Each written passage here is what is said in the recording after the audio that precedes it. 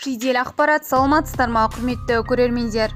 Ең соңғы жаңалықтар алушылардың қатарынан білгіңіз келсе, лайк және подписация таңбаларын басып, біздің арнамызға жазылуды ұмытпаңыз. 25 жасқа толмаған азаматтарға құмар ойын ойнауға тыйым салынады.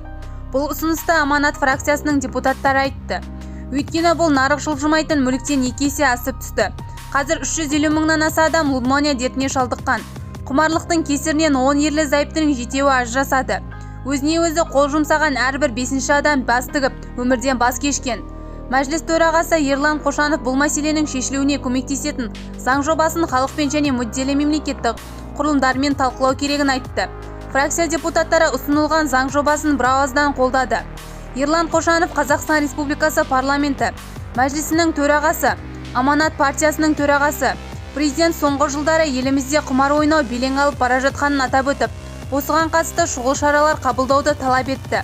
Біздің Аманат фракциясының депутаттары осы әлеуметтік маңызы бар мәселені шешу үшін өзімізге үлкен жауапкершілік алып жатырмыз.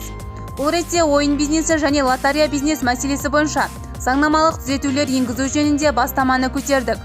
Аталған жаңа нормалардың қабылдануы қоғамды бұл дерттен арылтып, жүйелі түрде сауықтыруға әсер ететіні әрине сөзсіз. Бізді бақылауды жалғастырыңыз.